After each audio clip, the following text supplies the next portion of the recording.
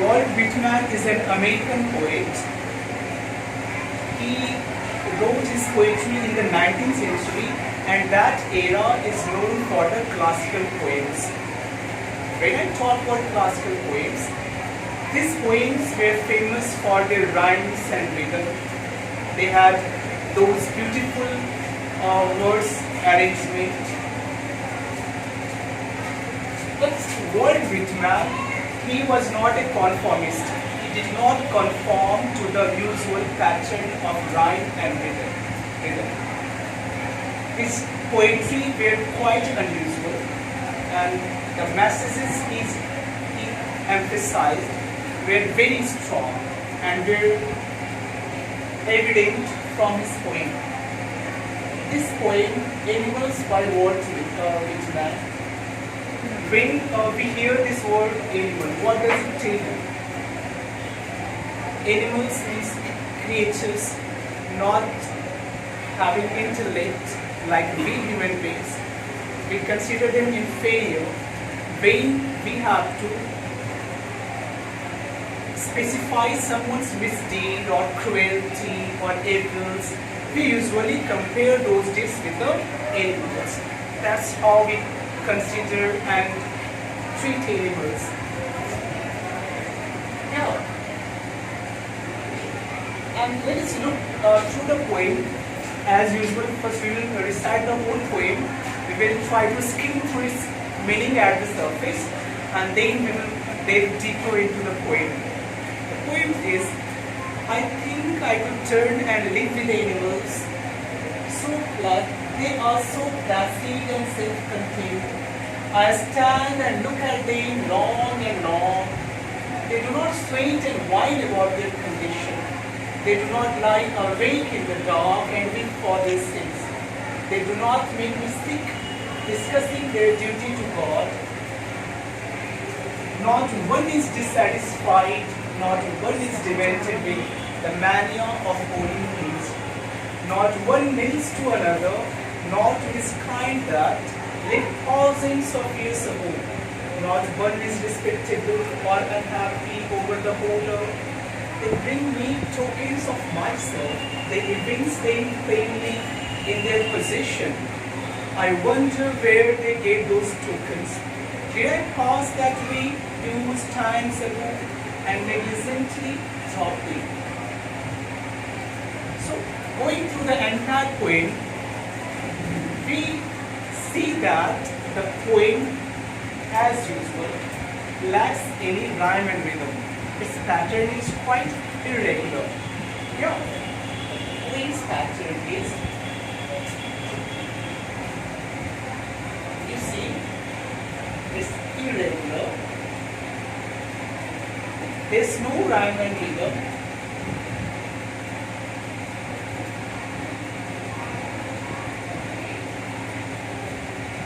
And we don't see use of a lot of literary devices, except a few words. If you go to the first paragraph again, but before we do that, let us just see an overview of the entire poem. See, the poem seems as if the poet is talking from above. People may think that, people may have this misnomer that this poem is about the animals. But when we read the entire poem, we come to realize that this poem, in fact, is a contrast between the human and animals' nature. It's not about animals, but it's just to create a contrast between animals and human behavior. Animals, which usually are considered inferior, someone or those species which lack intellect, who are not as smart as we are. And we have this hubris, we human beings have this arrogance that we are the masters of this earth.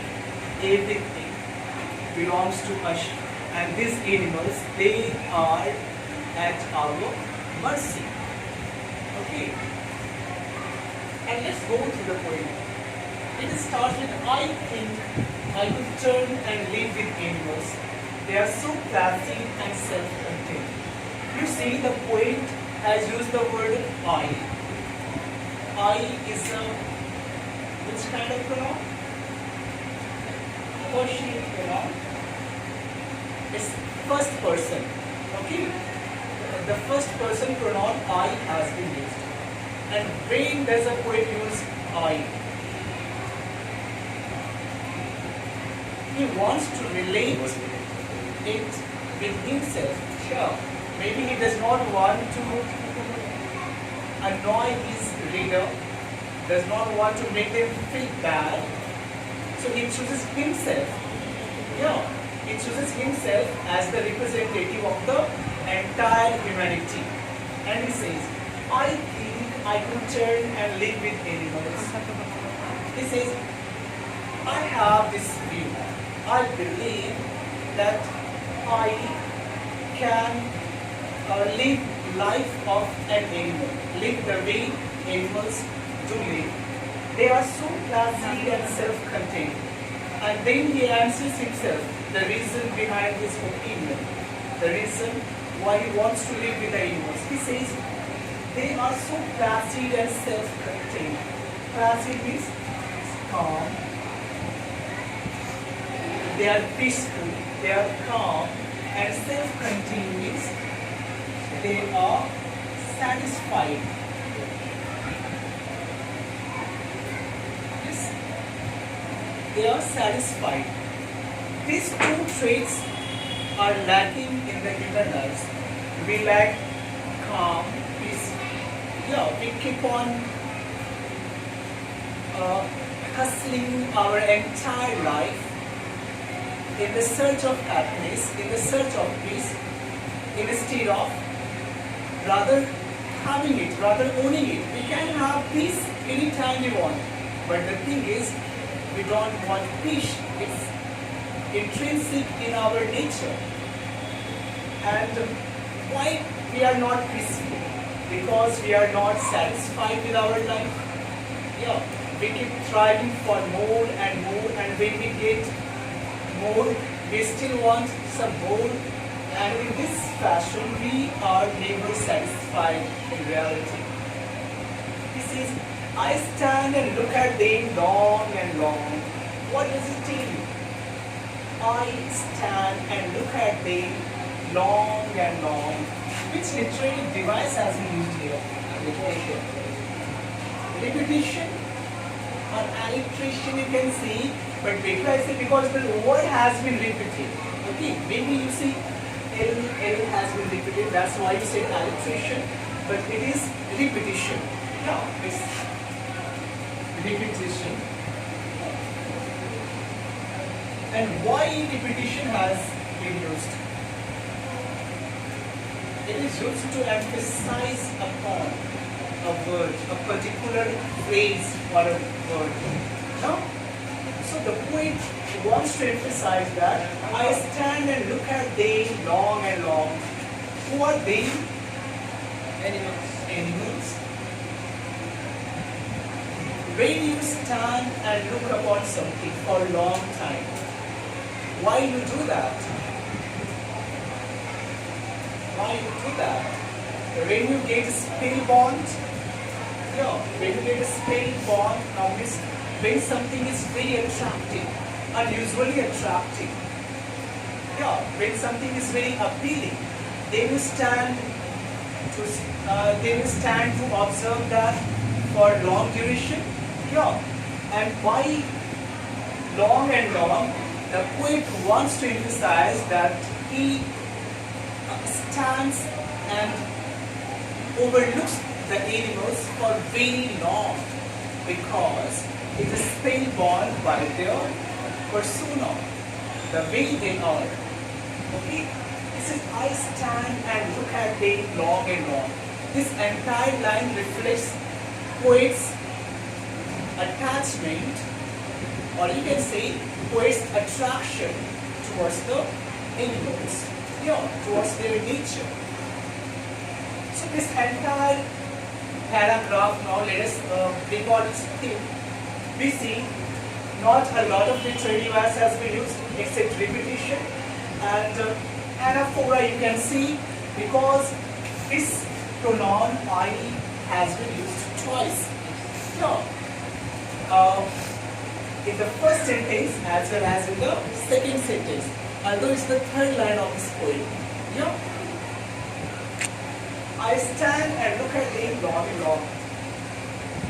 So this entire paragraph reflects only the poet's attachment, or better I say attraction towards the animal's character. It believes that animals are better to live with than the human beings. Maybe we have this hubris, this arrogance that we are the supremest creature on this earth, but the poet feels he finds animals a better companion to live with. No. Why? Because they are not at unrest like we human beings. They are self-satisfied. They are satisfied with their life. They do not sweat and whine about their condition. They do not lie awake in the dark and weep for their sins. Who are they? Animals. Yeah. This is third person pronoun. They do not sweat and whine. Whine means complain. Sweat means it's perspiration, basically. But here it's unease. Yeah. They do not sweat and whine about their condition. Means these animals, they do not complain about the unease they face in their lives. They have accepted their life as it is. Yeah, which we human beings are not able to. We do not accept the life we are bestowed upon by the Almighty.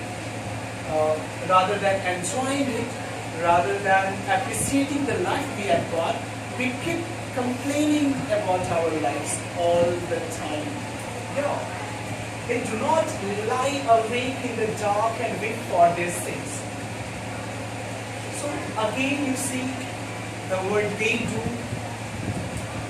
and they do has been repeated. This phrase, these two initial words, they do, has been repeated twice in this para. And that's clearly anaphora you see. Yeah. And what's the use of anaphora? It is again for the emphasis. You see, speakers use it for a better rhetoric. Yeah, to emphasize upon some particular point they want to. So here the poet wants to emphasize upon the animal's character. Yeah, and that's why he is using anaphora. He says, they do not sweat, means they don't feel uneasy. They are not at discomfort, and of course they do not complain about their condition. They do not lie awake in the dark and weep for their sins. Friends, we human beings have this tendency that we commit sins, we make mistakes, we hurt others, we do all the wrong deeds when we are awake in the day, but when we go to bed, we repent for the same mistakes. Yeah, we have this habit of always repenting our mistakes, our sins, when we go to bed. Yeah, in the dark, and we for their sins. So why the word dark? Why the word dark? See, dark means we do not want to show off the evil side of ourselves. Yeah, we do all this repentance and crying in personal. Yeah, when no one is looking over us. Yeah, when no one is watching us. But we avoid such things in the broad daylight, means we do not want to show off that dark side of our persona. Yeah, we have this intrinsic character of committing crime and they having remorse for the crime. Yeah. They do not make music discussing their duty to God. What is it? It's ill, basically. But here, what does it convey to you? Irritate. Yeah? The poet say that, oh, they do not irritate discussing their duty to God. When you talk to human beings, they always keep on saying that for the God's sake, this is wrong. For the God's sake, you should not commit this. You should not ditch him. Yeah, you should not ditch that particular person. The crime you are doing is a sin in the God's sight. Yeah. You must pray to God. You must have a holy heart. You should not let profanity enter into your soul. But as a matter of fact, the poet believes it's hypocrisy. This entire life is about human's hypocrisy. That we are hypocrites. Only होते हैं इंसान, है ना? Animals, they are not hypocrites. They just do what they do and they do not consider it. They have no idea of getting rid of their sin by praying to God. On the other hand, we human beings commit crime and we have developed this hypocrisy that we must have the life of a saint, maybe, yeah, a life which is good, a life which is holy, a life which is fair in the eyes of the God. Yeah. So, poet is irritated of this human tendency, of hypocrisy, of human hypocrisy, of praying to the God. He dislikes praying to the God. Yeah. Does he dislike praying to the God? No. He dislikes hypocrisy in fact. Yeah. Hypocrisy means, you know, is you are doing something and you are believing something else. Yeah. Showing off something else. Not one is dissatisfied, not one is demented. Again, not one and not one. Which literary device you will take? It is anaphora again, not one, not one. Yeah? That phrase has been repeated. Not one is dissatisfied. Not one is, not a single animal is dissatisfied with its life. Yeah. Not one is demented with the mania of owning things. What is demented? Crazy. Yeah. Driven crazy. None of the animals is driven crazy for achieving the material things in their lives. Yeah. None of them are driven insane for materialistic achievement. We human beings are never satisfied with our material position. We want everything in life, and we have become so used to this materialism in our lives that we have attached happiness and peace with material things. Yeah, you think that if I get this house, I will be a happier person. If I get that luxurious car, I will be a happier person. But when you get that, you are still dissatisfied. You want more. Yeah, you want bigger cars, you want bigger houses. Then you want multiple of them. Yeah, maybe then you want to own a plane or things like that. So we are never satisfied with our lives. And that's the craze the poet is talking about. He says, not one is dissatisfied. Not a single one of them is dissatisfied. Means they are satisfied with their lives, whatever they have got. They haven't got as much amenities as we human beings have got.